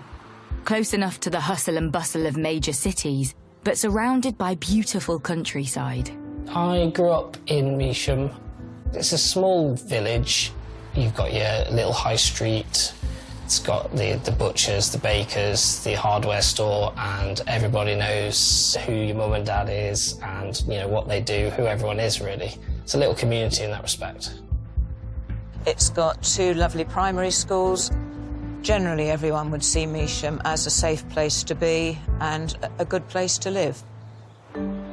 For Stephanie Haywood, it seemed like the perfect place to raise a young family. When I moved to Measham, I had 3 children. Kyle, Kaylee and Karen. Kyle was like the father figure. Kaylee, she was just... she was very family orientated. She loved her brothers. And Karen, he was only young, so he was the baby of the family. Kaylee was always mothering him. Being the only daughter in the family, Kaylee was particularly close to her mum, Stephanie. I spent more time with her growing up because she was my only girl, so we did girly things together. Kaylee was happy, bubbly, often mouthy. She'd stand her ground. She loved being at home. She was happy, so happy. Despite growing up in a happy, loving home, Kaylee had her troubles at school. As she got older, she was quite big built and she had some issues. She was bullied. Girls would often call her nasty names. So it came to the point where she didn't want to go to school. The particular school that she was at, she was bullied on a daily basis. I tried to say, try and ignore, but it was an emotional time for her. She was becoming a teenager. She didn't want to get out of bed. She didn't want to leave the house. The bullying only got worse for Kaylee, and it wasn't long before it became physical. She was spat at. She got bottles of water tipped on her. On the school bus, it was in her hair. She'd come in. She couldn't get her words out because she was crying. She said she wasn't taking it no more. And that's the point. That was the point I said, no more. When it got physical, I removed her from that school. Freed from her tormentors, Kaylee was finally able to have a fresh start and quickly made new friends. I've never seen such a happy teenager. She wasn't bullied. She thrived to go to school and be with her friends. It was lovely to see. She became friends with particularly one girl, and they was together like glue. They'd go swimming together, they would go shopping together, they would walk miles together. They were like two sisters. It was so nice to see them both together, so happy, so close. It was lovely. On Friday the 13th of November, just after school time had finished, Kaylee came down and said, "Can I go and stop at my friend's house?" As of every other weekend she'd done. It wasn't anything out of the ordinary. So we agreed to let her go. She went over to her friend's house about 20 to 6 that night. Martin, her dad, took her over and dropped her at the swimming bath where her friend swims every week. Gave her a hug and a kiss and said, "I'll see you tomorrow." And that was that. The following morning, 15-year-old Kaylee contacts mum Stephanie. Kaylee stayed into the Saturday and she asked her mum via message whether she could stay on a bit longer. I replied, "Yes, not a problem, see you tomorrow." You know, she was a teenager. I was so glad to see her getting out there, enjoying what teenagers should do. The next day, Stephanie receives a phone call, and life for this family was about to change forever. Got up at around 10 to 9. 20 past 9, I had a phone call of Kaylee's friend asking if Kaylee's at home. I then replied, "No, she's not at home, she should be at your house." "What's going on?" She said, her friend said, "Kaylee's phone has been found in Ibstock Village. It's broken." Kaylee's friend told Stephanie that her daughter's phone had been found by a builder passing through the village. He managed to reunite that phone by looking at it with Kaylee's friend. And from there, a call was made to Stephanie, Kaylee's mum. Stephanie actually thought Kaylee was staying with the friend who was calling her. So immediately she was alarmed to find that wasn't the case. Panic then set in. If Kaylee is not at home and not with her friend, where is she? So I said to her friend, "When did you last see Kaylee, be honest?" And she said, "I last seen her on Thursday." I started calling people to see if they'd seen her. And Kaylee's auntie, no, she did nothing. So I rang Kaylee's dad, and so he advised me to phone the police, and that's what I did. Concerned with the disappearance of a 15-year-old, police issue a missing person appeal to the public. The first I heard about Kaylee Haywood was when I understood there'd been a missing girl from the village. So we got a story out there. As a newspaper, we do get a lot of missing person appeals, people from all different backgrounds, but quite often you get teenage children involved in them that have gone absent for whatever reason. There was nothing to suggest Kaylee Haywood's situation was anything more sinister or different at that stage. Statistically, 98% of missing children are found safe and well. And having texted her mum on the Saturday morning, there is hope that Kaylee's disappearance is easily explained. Usually when somebody's reported missing, they're found very, very quickly, often within an hour or two of being reported. Kaylee was a 15-year-old girl, fairly streetwise, able to look after herself.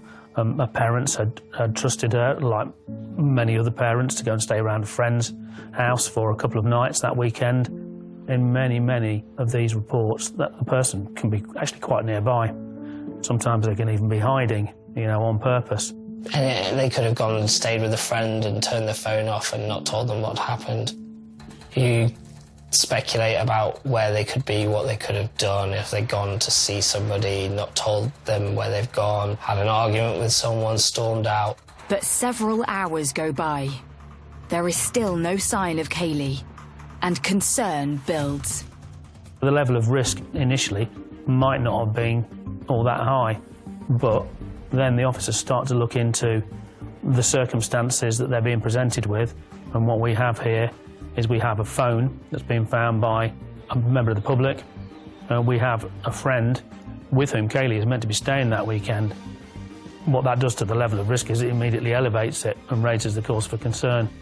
So those officers start to look at what other resources are going to be needed here. 15-year-old schoolgirl Kaylee Haywood told family she was spending the weekend with a friend in the picturesque village of Ibstock. But when her mobile is discovered broken and her friend reveals she's not seen Kaylee in days, concern starts to mount and police visit Kaylee's mum. They just kept reassuring me that we've got it covered. We've got officers out there trying to reassure me that she'll be home. I didn't know what to think. I didn't think good. If Kaylee had seen or knew that she knew what we were going through, if she could have got home in any way, she would have got home. She would have got in contact somehow. News of Kaylee's disappearance quickly spreads across the village. I got an urgent phone call to say that a young teenager had gone missing. My first reaction when I heard was, did I know the girl? And that was a really awful feeling to think I might have known the person and the family concerned. When I had the name, I realised, yes, I did know them. The reaction was, this is very close. Police have to explore the possibility she was running away from some personal troubles. They asked, did she leave the house? Was she upset when she left the house? Was she happy when she left the house? We told them that she was happy. She was just the normal Kaylee. There are all sorts of reasons why they go missing for a few hours or maybe even more than a day.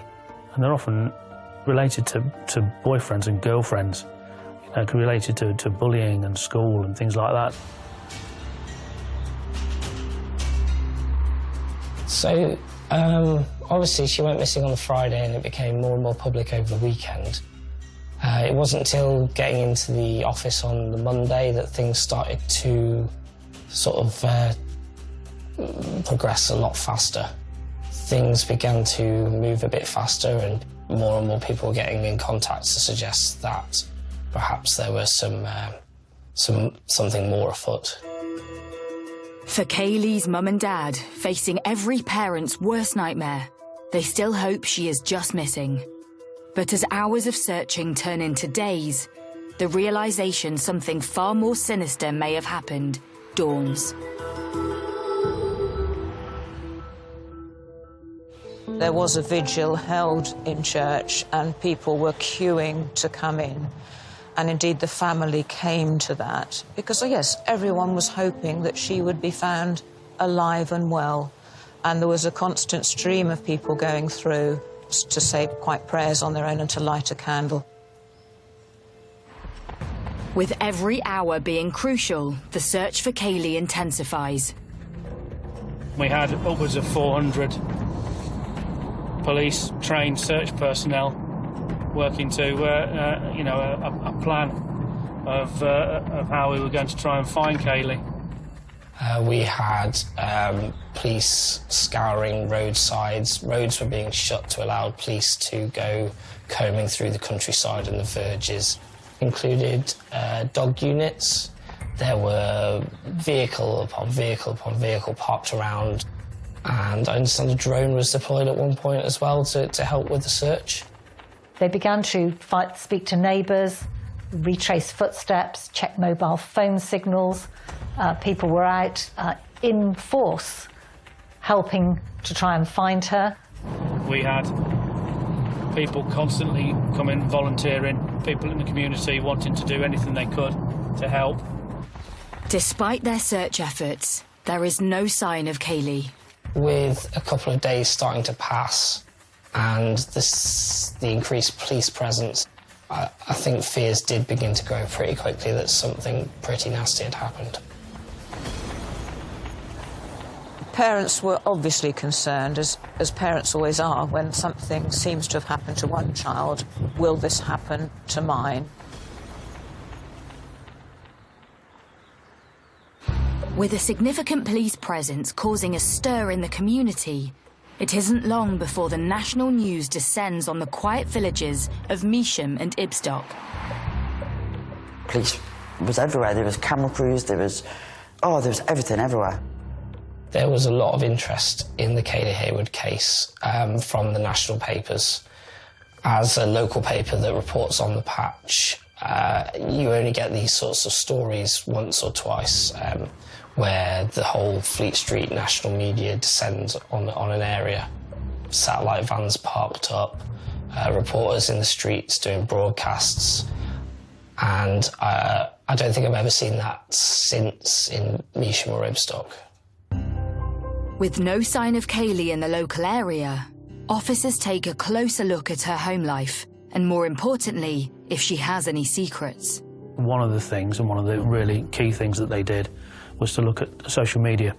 And Stephanie immediately told them that Kaylee was an avid user of Facebook. So they were able to get into Kaylee's Facebook account with Stephanie's help, and straight away what hit them in the face was the fact that she had been communicating for what looked like about 2 weeks with a person.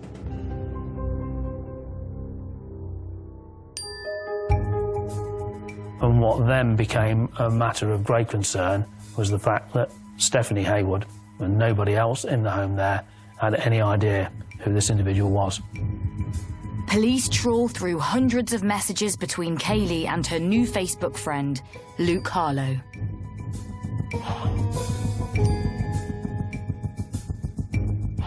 The first message was the 31st of October 2015. Very quickly, he asked for her mobile, and they happily swapped mobile numbers. The messages were initially, "Hi, who are you? How do you know me?" And then within an instant, he was calling her babe and asking her whether she had a boyfriend. She didn't. He was saying she was far too pretty not to have a boyfriend, which shows that he'd seen a photograph of her. He was calling her babe and his princess.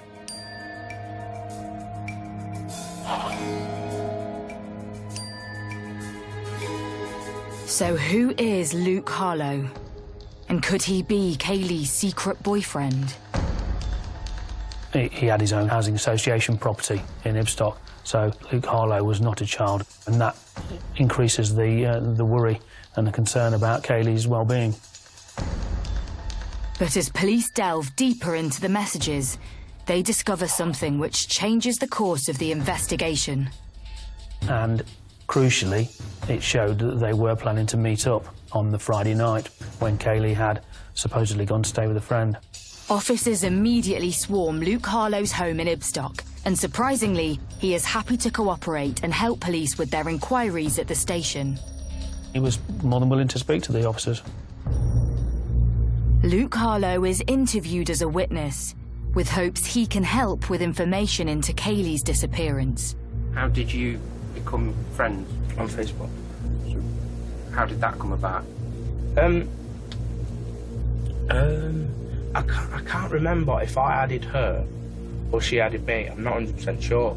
But like, I've got loads of people on it, and I have a habit of accepting anyone who tries, you know what I mean, regardless of whether the name rings a bell or anything. I've got like 2,000 odd people on it.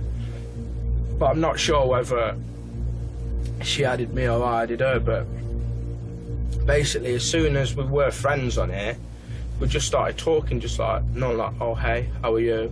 And then like, where are you from? Blah, How blah, long blah. ago was that?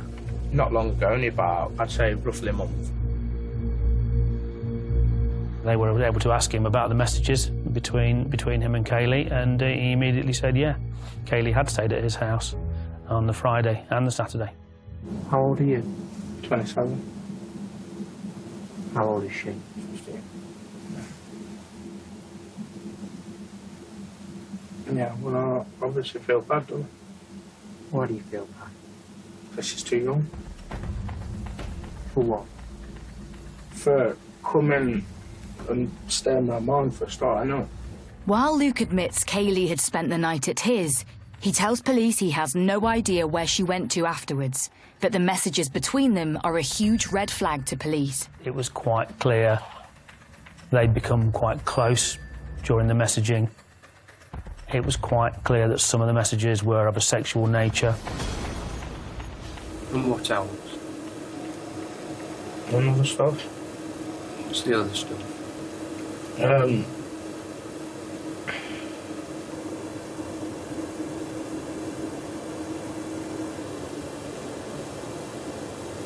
don't know.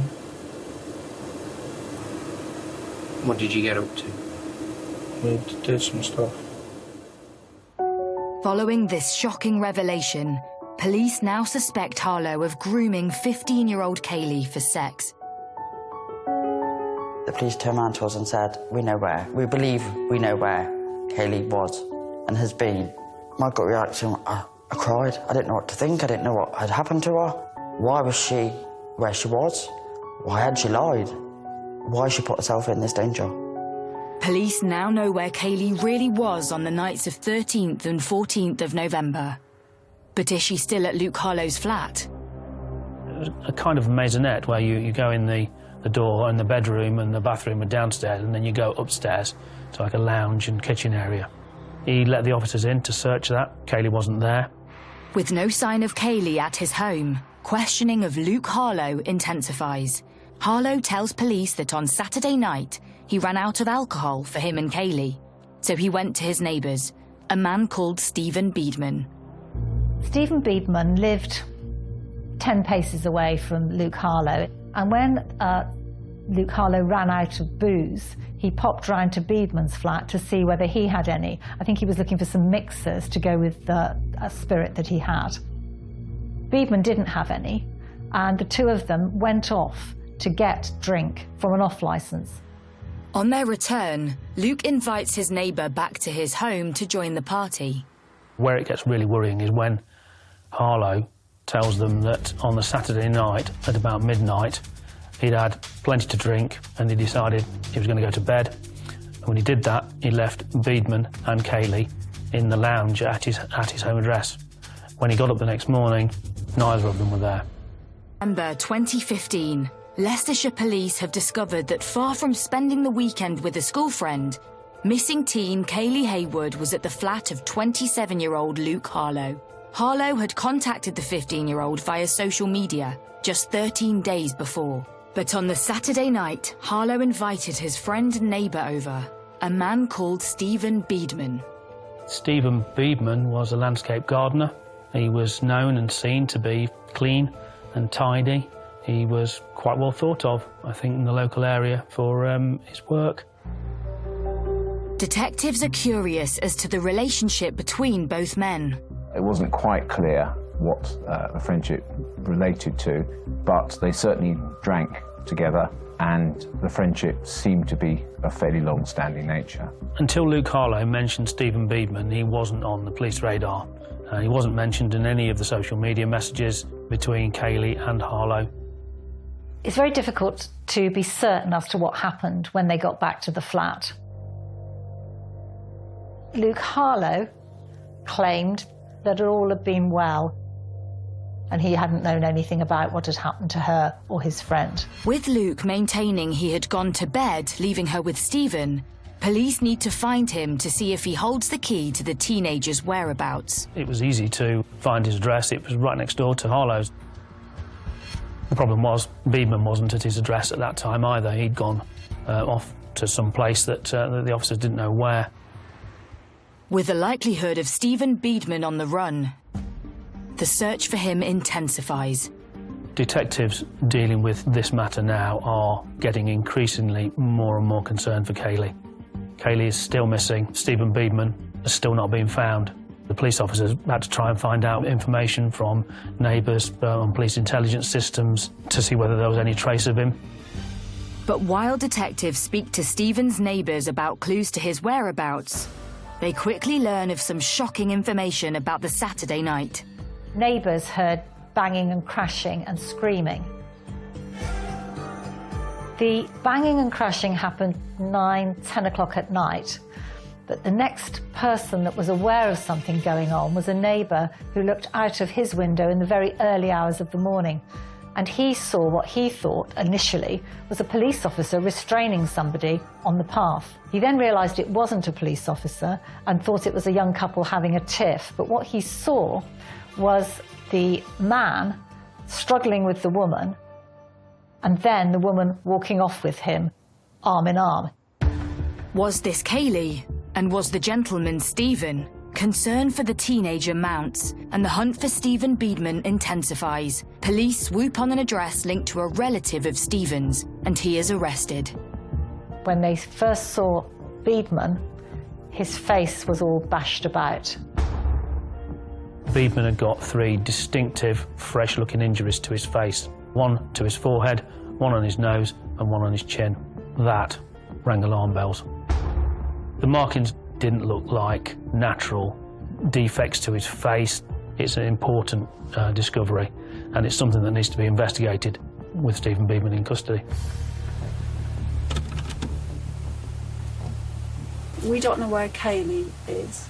We want to give you an opportunity, if you indeed know where she is, to tell us right now at the beginning of the day. No, I don't. You don't know where she is? I don't know where she is. I met her Saturday night at 8. At 7, 8 o'clock. And then down 4 hours. And she was that drunk, she couldn't even... I couldn't get much conversation out of her.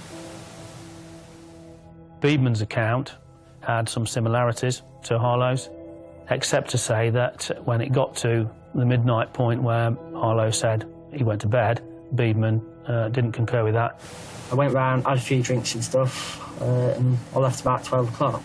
He said, no, I went home, I left the 2 of them there on the sofa at Harlow's house, and I went back around the corner to my place, and I've not seen Kaylee since. With the 2 divergent accounts, it's clear that either one, or both of them, is not telling the truth. While detectives continue to interview Stephen, officers search his home, yet there is no sign of Kaylee. But they soon receive a call from a member of the public. This was just an odd fenced-off area of vegetation. A dog walker's come walking along this path and just seen a bra sitting on top of the vegetation. Did not fit with the environment, and that bra was recovered. What came back was the news we just didn't want. That Kaylee had a bra of that make, of that size, of that colour, and the bra wasn't at home. Detectives search Stephen's home for more of Kaylee's clothing. Despite no further discoveries, officers realise Stephen may have another hiding spot. Stephen Beedman appeared to have a lockup about 8 or 10 miles away from Ibstock. So officers very quickly went to that lockup, but there was nothing suspicious in there. It was all as it should be. Officers continue to search the rest of the facility and soon discover something which changes the course of the investigation. At the site was a big skip, like an industrial waste bin. Lifted up the lid and found that most of the rubbish in there was stuff that had been placed in black bin liners. And on top of the black bin liners were 2 other items, a bag and a top, which looked completely out of place. They brought me some goods for me to look at to see if I believe that there was Kaylee's.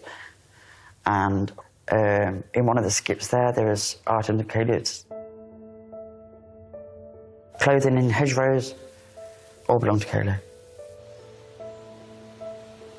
I didn't know what to think. The discovery of Kaylee's clothes clearly puts Beedman firmly in the frame for her disappearance. And there's something else they find which they believe links Beedman's facial injuries to a crime. Stephen Beedman saying that he'd sustained his injuries whilst working on a farm in Belton. What we found at the farm location was a quantity of clothing, some of which was blood-stained.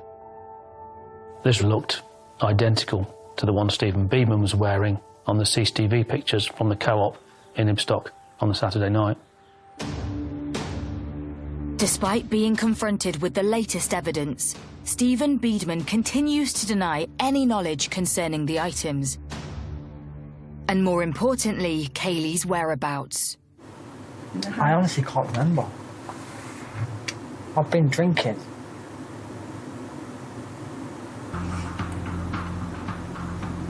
We'd all been drinking. But several days into the investigation, things take a dramatic turn. On the Wednesday evening, he asked if he could speak to his appropriate adult in private. As a result of that conversation, the appropriate adult said that they could no longer perform that role because Beedman had told them that he knew where Kaylee was. Stephen goes on to tell police that Kaylee is hidden in an open area across the road from Sense Valley Park. So over behind me, where the row of trees are, is a disused railway line. Officers went out in the dead of night, as it happens, and some of the senior officers from the case were out searching the heavily overgrown area. In the back of your mind, you're thinking that there is a chance and that you could just find her clinging on to life and you will be able to do something about it. The officers search for hours late into the night. So we reached a point we couldn't find Kaylee. We were trying to follow the instructions Beedman was giving to the interviewing officers. It was pitch black and raining. You can't search in the dark. But the four of us stood here together and said, well, we can't go anywhere. We need to carry on until it's light. And we all agreed together that we had to do that. But at 10:10 that evening, one of the team makes a shocking discovery. He shouted to the four of us as we walked through some quite dense undergrowth. We went over to him and Kaylee lay on an embankment, slightly twisted position, half on her back and half on her side, naked, save for one sock, and of course, dead. Confronted with the worst-case scenario, officers need to inform Kaylee's family. My friend was in the kitchen at the time, and she just said I howled. All she could hear was a howl from the living room. I was speechless, I couldn't speak. Martin was the same. We just broke. We physically couldn't speak. I was physically sick. My emotions were everywhere. I didn't want to believe it. I just told everyone to get out. It was horrible. Kaylee's parents, Stephanie and Martin, now have the daunting task of identifying their daughter. The identification was done through forensic means. The injuries to her head and her face were so horrific. They said, you're not going to be able to see Kaylee, she's too damaged. But we can arrange for you to go and hold her hand. So that was another bang to me. We wasn't allowed to see, send her off, see her and say goodbye. They damaged her too much for us to do that. All we was allowed to do was hold her hand. We wasn't allowed to say goodbye, as a normal family would. It was horrible. The devastating news spreads across the village.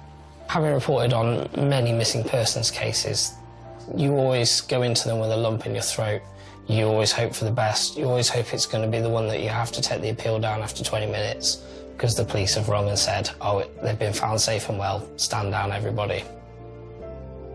Sadly, it doesn't always happen like that, and it is every parent's worst nightmare. The village were obviously shocked. You see things like this on the television and you always think it happens somewhere else to someone else.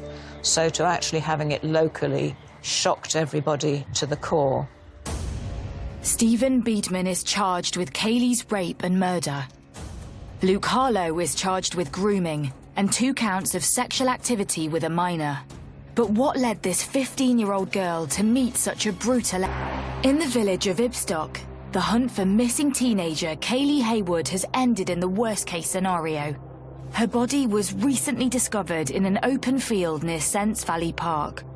I understand that Kaylee was found with sort of cuts and bruises and lacerations that might indicate she'd been tied up.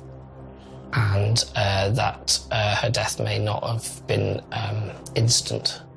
28-year-old landscape gardener Stephen Beedman has been charged with her rape and murder. I honestly can't remember. I've been drinking.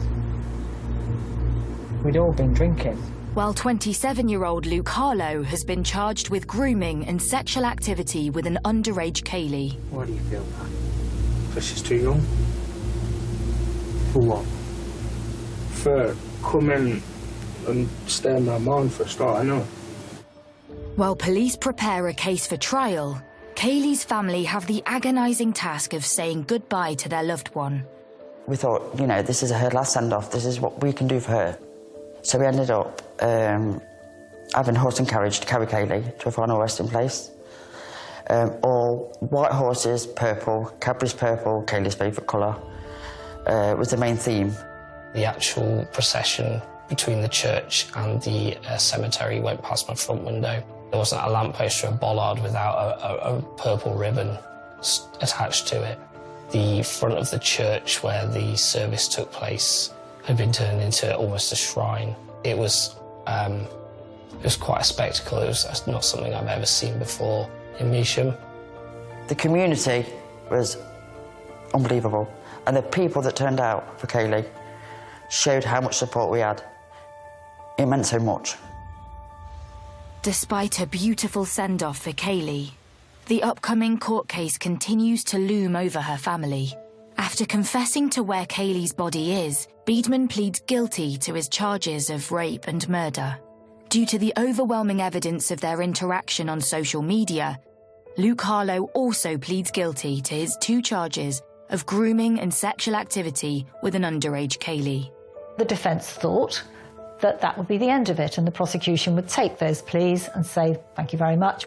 But by re-looking at the circumstances of the case, the prosecution puts forward a further charge of false imprisonment against both defendants. Both pleaded not guilty, and so we, with the consent of the family, and I spoke with the parents and the Crown Prosecution Service, we decided to take it to trial.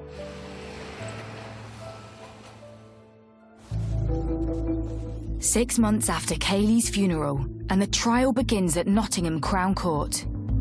The first day we went into court, they was there. Oh, it was horrible to see them just sitting there. There was times we wanted to say things, but we didn't. They was trying to more or less goad us to react. There was times where they would stare at us. There was times where there were smirks on their faces. Prosecution case against Luke Harlow was that he falsely imprisoned Kaylee inside his premises. Luke Harlow always maintained that he was asleep and had no idea what had happened to Kaylee. The problem with that was his glasses were broken. The flat looked as if there'd been a struggle, things had been knocked over. So his story about being asleep didn't ring true. Stephen denied the false imprisonment because he said at all stages Kaylee was free to leave. He did not, therefore, imprison her for the period of the time when they're outside once they both left the premises. Beedman was going to suggest that he either couldn't remember what happened, or it was all a big accident, or she was keen. It didn't explain the banging and the crashing that witnesses had heard. It didn't explain her running off into the night half-dressed. Horrific details of Kaylee's injuries emerge in the courtroom. We didn't know the extent of what happened until we went to court. We now know that she was raped and she was murdered. And we also know that Kaylee fought for her life.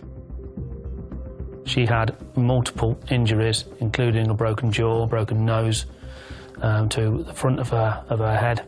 And she had multiple injuries to the back of her head.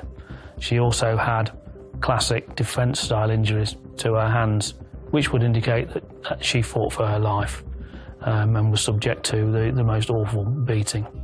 After days of breaking down all their evidence to the courtroom, the prosecution pieced together the full horror of what likely occurred at Luke Harlow's flat on 14th of November 2015. and who was really responsible for her murder. We thought that once he got Kaylee to his flat, he had Biedman over as sort of, you know, look at me, look what I've got. And we thought that possibly Biedman wanted Kaylee and she didn't want him. That's why there was the slamming and banging around when she wouldn't cooperate with this second man coming on the scene. And that's why they kept her there. I understand that Kaylee was trapped inside the house, restrained, and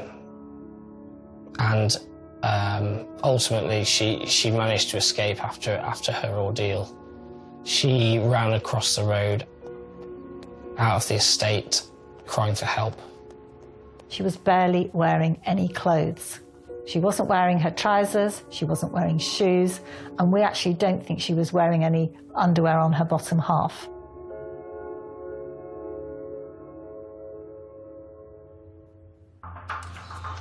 Biedman catches up with Kaylee. He pins her to the ground, causing her to drop her phone on the pavement. It was indeed him and Kaylee who were seen by the witness to walk into Sense Valley Park. That he took her into the car park there, near to where the bra had been found, and on the gravel car park there, on the ground, he raped her. Instead of walking her back to Luke Harlow's flat, or to his own flat, Biedman walked her across the busy road and into the woods opposite. It was about a mile across farmland. According to Biedman, at one point, Kaylee ran off and managed to get away from him, and he chased after her down the field, and when he caught her, he said that she smashed him in the face with a brick. And I took the brick off her, is what Biedman said, and I hit her in the back of the head with the brick, and this killed her. The court hears how Kaylee bravely fought to the end. But as the trial comes to a close, there's one more shocking revelation about Luke Harlow. He was actually charged with 2 further instances of grooming with 2 girls who lived nowhere near where he was from, and just people he'd made contact with in the same way that he made contact with Kaylee. After a grueling 2-week trial, the jury returns its verdict. Both men are found guilty of falsely imprisoning Kaylee Haywood. Biedman receives 35 years for rape, murder and false imprisonment. Harlow receives 12 years for sexual grooming, sexual activity with a child and false imprisonment. I don't hate a lot of people, but I hate them. Hate is a strong word for me, but I hate them 2 people for what they've put me and my family through. They've took away a big sister, a little sister, a daughter, a granddaughter. After the trial, it came to light that tragically it was not the first time Kaylee had been flattered on social media. She was also being groomed by another man around the same time she agreed to meet with Luke Harlow. With such dangers facing young people online, Kaylee's family want her lasting legacy to ensure another innocent young life is not taken in such a tragic way. So he started to think in terms of a film, and that film was made. It was called Kaylee's Love Story. Kaylee's Love Story that has been shown to thousands and thousands of school children across the country. I simply want to get that awareness out there because children are not aware of the dangers of online. And if I can just save one, then Kaylee's memory stays alive. I have 3 girls myself, and it's a parent's worst nightmare. I couldn't imagine being in that situation. 5 years on, and Kaylee's family are having to learn to live with the tragedy. People tell me time is a healer. Time isn't a healer. I don't believe in it. Every day's hard. Every day's a struggle. You just learn to live on a day-to-day basis. And Kaylee's father, Martin, will always remember his purple princess. I still relive that fateful weekend time and time again. It never leaves me, never. I'll ask goodbyes as Kaylee left that day, happy, waving and smiling as she went. Little did I know what was to come. I feel such sadness, pain, aching and longing in my heart to see her once more, but knowing it can never be. The hurt physically tugs deep inside of me, it hurts so much. One day we will meet again. Until then, all I can do is keep missing and loving her with all my heart.